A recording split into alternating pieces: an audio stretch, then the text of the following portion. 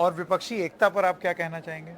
नहीं, विपक्षी एकता पर मैं इतना ही कहूंगा कि मैंने पहले जो कहा है उसको दोहरा देता हूं कि ये फसाड है। आप दलों को और नेताओं को एक साथ लाकर एकता नहीं बना सकते हैं, उससे आप भाजपा को चुनौती नहीं दे सकते हैं। अगर आपको भाजपा को चुनौती देना है तो पहले आपको समझना है कि भाजपा की ताकत क्या है। भाजपा की ताकत है हिंदुत्व, राष्ट्रवाद और लाभार्थी। ये त्रिस्तरीय उन्होंने एक तरह से किले का निर्माण किया है, जिसमें सबसे बड़ी ताकत उनके लिए हिंदुत्व है, जो विचारधारा है, दूसरा राष्ट्रवाद है और तीसरा लाभार्थी है। जो लोग भी भाजपा से चुनाव लड़ना चाहते हैं, उनको चुनौती देना चाहते हैं, उनको कहीं ना कहीं इस तीन में से दो चीज को तो बेटर करना पड़ेगा। अब आप दलों को साथ में लाकर करें, खुद का दल बनाकर कर लें, जो भी प्रयास करें, जब तक आप तीनों को भेदिएगा नहीं तब तक आपको चुनावी सफलता मिलने की संभावना मेरी नजर में कम है।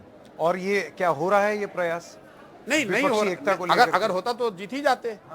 अगर आपका ये सवाल है कि क्या इसको किया जा सकता है तो बिल्कुल। क्योंकि आप बिहार की बात करें ना, मैं बिहार के संदर्भ में पूछूं, 2015 में एक महागठबंधन हुआ और वो बहुत सक्सेसफुल। तो भैया, महागठबंधन सिर्फ दलों का गठबंधन नहीं है। यही तो आप लोग को, मतलब महागठबंधन पहली बार शब्द ही मैंने लिखा है।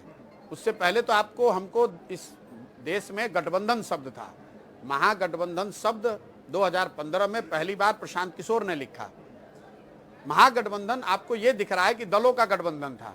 मेरी समझ से वो सिर्फ दलों का गठबंधन नहीं था, वो विचारधाराओं का गठबंधन था। उसमें नेता तय था, उसमें 7 निश्चय का प्रोग्राम था, उसको घर घर पहुंचाया गया था, तब उसको सफलता मिली। 2015 का महागठबंधन बिहार का आपको याद है, लेकिन 2015 के बाद जितने लोगों ने भी वही प्रयास दूसरे जगह करने की कोशिश किए, हर जगह महागठबंधन को हारना पड़ा।